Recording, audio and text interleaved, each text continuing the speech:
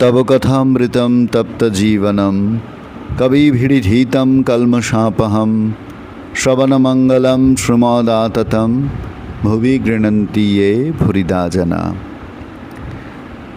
শ্রী শ্রী রামকৃষ্ণ কথামৃত প্রতিদিন প্রতি ঘরে শ্রী শ্রী রামকৃষ্ণ কথামৃত আমাদের নিত্য পাঠ এবং আলোচনা।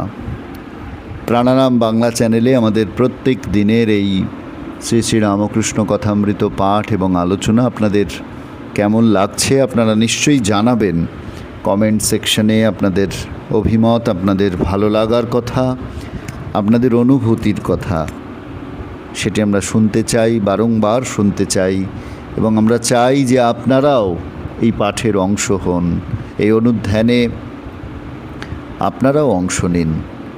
কমেন্ট সেকশনে আপনাদের মতামত, আপনাদের চিন্তা, আপনাদের অনুভূতি, এই অমৃত পান করে আমাদের যে আনন্দ, সেই আনন্দকে আপনারা অভিব্যক্ত করুন। শ্রী শ্রী রামকৃষ্ণ কথামৃতের শ্রীযুক্ত বিজয় কৃষ্ণ গোস্বামী ও অন্যান্য ভক্তদের প্রতি উপদেশ এই খণ্ডের আমরা অষ্টম পরিচ্ছেদের শেষ অংশে রয়েছি। আজকে আমরা অষ্টম পরিচ্ছেদ বাকি অংশটি পাঠ করব। সুখ দুঃখের কথা হইতেছে। ঈশ্বর কেন দুঃখ করেছেন এত? মাস্টার বলছেন, বিদ্যাসাগর অভিমান করে বলেন, ঈশ্বরকে ডাকবার আর কি দরকার? দেখো, চেঙ্গিস খাঁ যখন লুটপাট আরম্ভ করলে তখন অনেক লোককে বন্দি করলে, ক্রমে প্রায় 1,00,000 বন্দি জমে গেল। তখন সেনাপতিরা এসে বললে, মহাশয়, এদের খাওয়াবে কে? সঙ্গে এদের রাখলে আমাদের বিপদ, কি করা যায়? ছেড়ে দিলেও বিপদ। তখন চেঙ্গিস খাঁ বললেন, তাহলে কি করা যায়? ওদের সব বধ করো। তাই কচা কচ করে কাটবার হুকুম হয়ে গেল। এই হত্যাকাণ্ড তো ঈশ্বর দেখলেন, কই একটু নিবারণ তো করলেন না? তা তিনি থাকুন, আমার দরকার বোধ হচ্ছে না, আমার তো কোনো উপকার হলো না।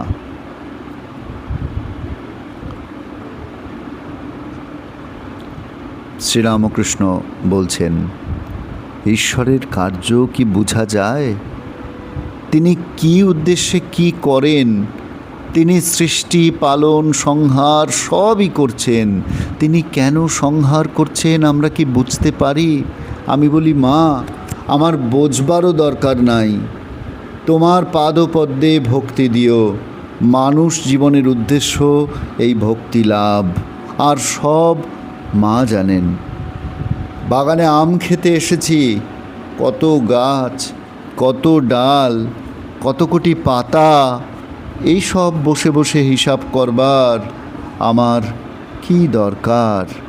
আমি আম খাই, গাছপাতার হিসেবে আমার দরকার নাই। ঠাকুরের ঘরের মেঝেতে আজ রাত্রে বাবুরাম মাস্টার ও রামদয়াল শয়ন করিলেন। গভীর রাত্রি, 2টা-3টা হইবে। ঠাকুরের ঘরে আলো নিভিয়া গিয়াছে।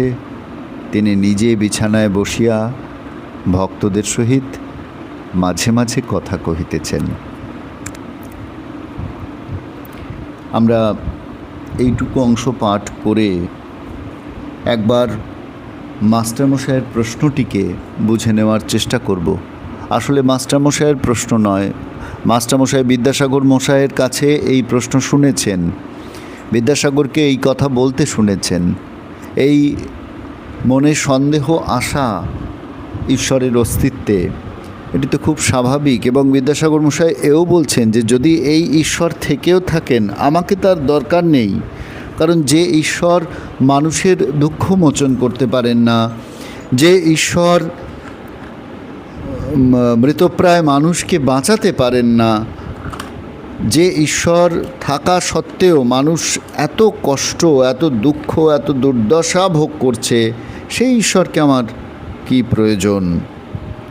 একেবারেই সঙ্গত একটি প্রশ্ন। বিদ্যাসাগর মশাই কখনো হয়তো বলেছিলেন, মাস্টারমশাই সেটি শুনেছিলেন এবং তিনি অত্যন্ত শ্রুতিধর ছিলেন, তিনি সেটিকে নোট করে রেখেছিলেন। আজকে যখন সুযোগ ঘটেছে শ্রীরামকৃষ্ণকে তিনি সেই প্রশ্নটি করছেন, শ্রীরামকৃষ্ণকে সেই প্রশ্নটি তিনি করছেন। মাস্টারমশাই যখন সুযোগ পেয়েছেন, খুব সঙ্গত প্রশ্নটি, কিন্তু এই প্রশ্নের উত্তরে শ্রীরামকৃষ্ণ যেটি বলছেন সেটি বোধহয় শেষ কথা। ভক্তি লাভ। ঈশ্বরের কার্য সম্পূর্ণ তো আমরা বুঝতে পারি না। তিনি যে কেন করেছেন, কী কারণে করেছেন, সৃষ্টি, পালন, সংহার সবই তিনি করছেন। কেন তিনি করছেন এটা সম্পূর্ণ তো বোঝা সম্ভবত আমাদের পক্ষে সেটি হয়তো সম্ভব নয়, এবং সে কারণেই সমস্ত কিছুর প্রতি সমত্ব বুদ্ধির কথা শাস্ত্রে বলা হয়েছে। আমরা নিশ্চয়ই আমাদের মনে আসছে যে গীতাতেও ভগবান বারংবার এই ফলাকাঙ্ক্ষা ত্যাগের কথা, সিদ্ধি এবং অসিদ্ধিতে সমত্ব বুদ্ধির কথা, কর্তৃত্বাভিমান ত্যাগের কথা এবং ঈশ্বরে সর্বকর্মের ফল সমর্পণের কথা বারবার কিন্তু বলেছেন কর্মে তোমার অধিকার, কর্মণ্যেবাধিকারস্তে মা ফলেষু কদাচনা।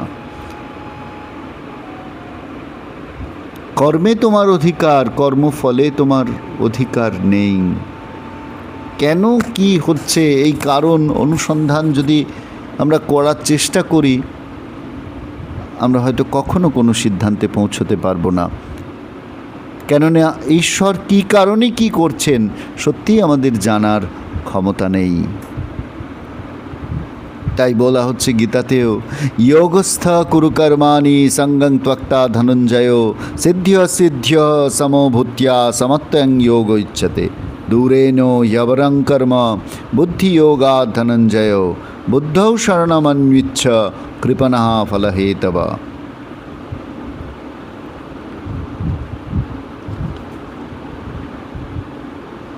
নিষ্কাম হয়ে সমত্ব বুদ্ধির আশ্রয় নেওয়ার কথা ভগবান বারবার বলছেন।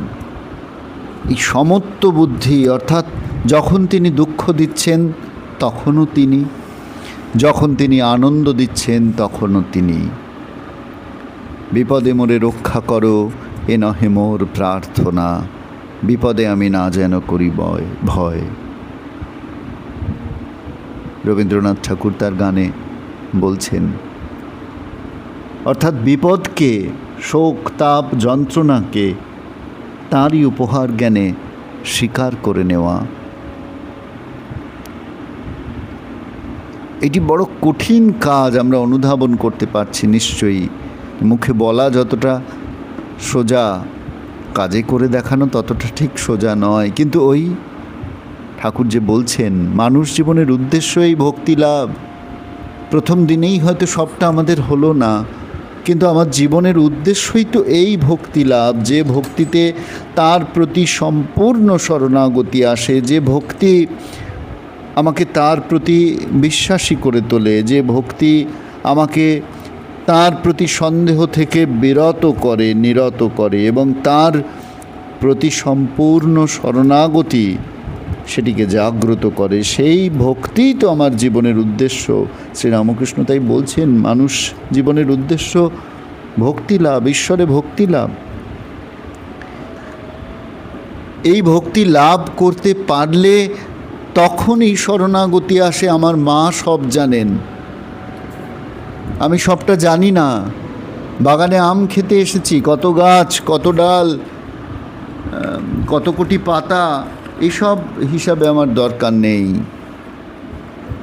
কি অপূর্ব সরল একটি ব্যাখ্যা শ্রীরামকৃষ্ণের, অথচ সরল, অথচ অত্যন্ত দৃঢ় এবং অত্যন্ত সহায়ক একটি ব্যাখ্যা। সত্যিই তো আমাদের যখন আমরা বিপদে পড়ি, যখন আমরা শোকের মধ্যে দিয়ে যাই, যখন আমাদের জীবনে তাপ আসে, তখন আমরা বিহ্বল হয়ে পড়ি, আমরা সন্দিহান হয়ে পড়ি। এ ঘটনা তো আমাদের জীবনেও বারংবার হয়। বিদ্যাসাগর স্বাভাবিকভাবেই এই প্রশ্ন করেছেন, এবং বিদ্যাসাগর একজন জ্ঞানী মানুষ, তিনি পণ্ডিত মানুষ, তিনি প্রশ্ন করবেন, এটাও স্বাভাবিক। সেই মুহূর্তে হয়তো মাস্টারমশাই তার প্রশ্নের সঠিক উত্তর দিতে পারেননি। আমরা জানি না বিদ্যাসাগরও সে উত্তর শোনবার জন্য আগ্রহী ছিলেন কি না, কিন্তু এই প্রশ্ন তিনি রেখেছিলেন। সেই প্রশ্নটি আজকে মাস্টারমশাই উত্থাপন করে আমাদের সকলের এই সংশয় কিভাবে দূর হতে পারে সেইটি যেন জানবার একটা উপায় করে দিলেন শ্রীরামকৃষ্ণের কথার মধ্যে দিয়ে। ঠাকুরের সেই কথাটি আমরা যেন সদা সর্বদা স্মরণে রেখে এগোতে পারি। এসব কথাবার্তার পরে আরও একটি দৃশ্য আমাদের চোখের সামনে ভেসে উঠছে। রাত 2-3টে, আলো নিভে গেছে ঠাকুরের ঘরে। নিজে বিছানায় বসে ভক্তদের সঙ্গে মাঝে মাঝে কথা বলছেন। আমাদের প্রশ্ন আসে মনে, শ্রীরামকৃষ্ণের কি নিদ্রা নেই? তিনি কি ঘুমান না? এই গভীর রাতেও তিনি চেষ্টা করে চলেছেন কেমন করে এখানে যারা এসেছে তাদের মনটি কেমন করে ঈশ্বরে সমাহত হতে পারে, কেমন করে তাদের আধ্যাত্মিক চেতনা বিকশিত হতে পারে, কেমন করে তাদের চিত্তশুদ্ধি হয়, কেমন করে ভগবান দর্শনের পথে তারা এগিয়ে যেতে পারেন। এখনও তিনি কথা বলে চলেছেন রাত 2-3টের সময়। স্বামী বিবেকানন্দ এর অনেক পরে খণ্ডানুভবস্তবে লিখলেন কর্মকঠোর। সেই কর্মকঠোর শ্রীরামকৃষ্ণ রাত্রি 2-3টের সময় প্রায় অন্ধকার তার ছোট্ট ঘরটিতে বসে ভক্তদের সঙ্গে কি বলছেন? বলছেন, দেখো, দয়া আর মায়া এই দুটি জিনিস আলাদা। মায়া মানে আত্মীয় মমতা, যেমন বাপ মা, ভাই ভগ্নী, স্ত্রী পুত্র, এদের উপর ভালোবাসা। দয়া সর্বভূতে ভালোবাসা, সমদৃষ্টি। কারো ভিতর যদি দয়া দেখো, যেমন বিদ্যাসাগরের, সে জানবে ঈশ্বরের দয়া। দয়া থেকে সর্বভূতের সেবা হয়। মায়াও ঈশ্বরের। মায়া দ্বারা তিনি আত্মীয়দের সেবা করিয়ে লন। তবে একটি কথা আছে, মায়াতে অজ্ঞান করে রাখে আর বদ্ধ করে, কিন্তু দয়াতে চিত্তশুদ্ধি হয়, ক্রমে বন্ধন মুক্তি হয়। চিত্তশুদ্ধি না হলে ভগবান দর্শন হয় না। কাম, ক্রোধ, লোভ এসব জয় করলে তবে তাঁর কৃপা হয়, তখন দর্শন হয়। তোমাদের অতি গুহ্য কথা বলছি। কাম জয় করবার জন্য আমি অনেক কাণ্ড করেছিলাম, এমনকি আনন্দ আসনের চারিদিকে জয় কালী জয় কালী বলে অনেকবার প্রদক্ষিণ করেছিলাম। আমার 10-11 বৎসর বয়সে যখন ওদেশে ছিলুম, সেই সময় ওই অবস্থাটি হয়েছিল। মাঠ দিয়ে যেতে যেতে যা দর্শন করলাম তাতে বিহ্বল হয়েছিলাম। ঈশ্বর দর্শনের কতগুলি লক্ষণ আছে। জ্যোতি দেখা যায়, আনন্দ হয়, বুকের ভিতর তুবড়ির মতো গুড়গুড় করে মহাবায়ু ওঠে। পরদিন বাবুরাম রামদয়াল বাড়ি ফিরিয়া গেলেন। মাস্টার সেই দিনও রাত্রি ঠাকুরের সঙ্গে অতিবাহিত করিলেন। সেদিন তিনি ঠাকুর বাড়িতেই প্রসাদ পাইলেন। আমরা অষ্টম পরিচ্ছেদের পাঠ এখানে শেষ করলাম, কিন্তু অষ্টম পরিচ্ছেদের শেষ অংশে ঠাকুর আমরা দেখলাম চিত্তশুদ্ধির কথা বারবার করে বলছেন। কাম, ক্রোধ, লোভ এইগুলিকে ত্যাগ করার কথা বলছেন। যতক্ষণ না এগুলি জয় হয় ততক্ষণ তার কৃপা লাভ করা যায় না। মানুষ এবং অন্যান্য পশুর মধ্যে এটি তো পার্থক্য। আহার, নিদ্রা, ভয়, মৈথুন এগুলি মানুষ এবং পশুর মধ্যে সমানভাবে বর্তমান, কিন্তু মানুষের মধ্যে ধর্মজীবন যাপন করবার ক্ষমতা রয়েছে। সেইটি একমাত্র আমরা পারি। আমরাই একমাত্র, মানুষই একমাত্র নিজের জীবনকে ঈশ্বর চিন্তার মাধ্যমে সার্থক করে তুলতে পারেন। মানুষই একমাত্র চিত্তশুদ্ধির জন্য সচেষ্ট হতে পারেন, প্রচেষ্ট হতে পারেন। এইটি মানুষের বৈশিষ্ট্য। আমরা জানি দেহ ক্ষণভঙ্গুর, দুর্লভ মানুষ দেহ দেহিনাং ক্ষণভঙ্গুর, তত্রাপি দুর্লভং মন্যে বৈকুণ্ঠ প্রিয় দর্শনম। ভাগবত এরকম বলা হয়েছে, দেহধারী জীবের জীবন ক্ষণভঙ্গুর। সাধারণ বদ্ধজীবের পক্ষে মানব দেহ লাভ অত্যন্ত দুর্লভ, কিন্তু মানব জীবন লাভ করেও বৈকুণ্ঠ নিবাসী শ্রী ভগবানের প্রিয়ভাজন শুদ্ধ ভক্তগণের সাহচর্য আরও বেশি দুর্লভ। তারই মধ্যে দিয়ে চিত্তশুদ্ধি ঘটে। শ্রীরামকৃষ্ণ সেই চিত্তশুদ্ধির কথা বারবার আমাদের মনে করিয়ে দিচ্ছেন। আজকে সারা দিন ধরে আমরা যেন সেই চিন্তন করতে থাকি নিজেদের মনের মধ্যে। আসলে আমাদের প্রত্যেকটি কাজের মধ্যে যাতে প্রতিদিন আমরা শ্রীরামকৃষ্ণের এই অমৃতময় কথা নিয়ে নিজেদের জীবনকে গড়ে তুলতে পারি, সেই প্রচেষ্টাতেই তো আমাদের প্রতিদিন প্রতি ঘরে শ্রী শ্রীরামকৃষ্ণ কথামৃত সার্থক হয়ে উঠুক আমাদের সকলের জীবনে। আজকের পর্ব এখানেই শেষ করছি।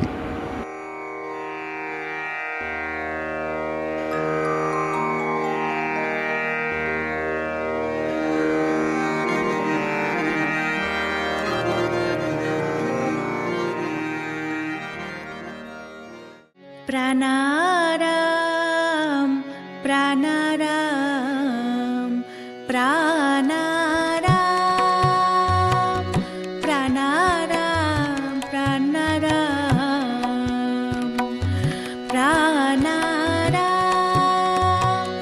কি যেন লুকানো নামে তাই মিষ্ট এত তব নাম প্রাণারাম প্রাণারাম।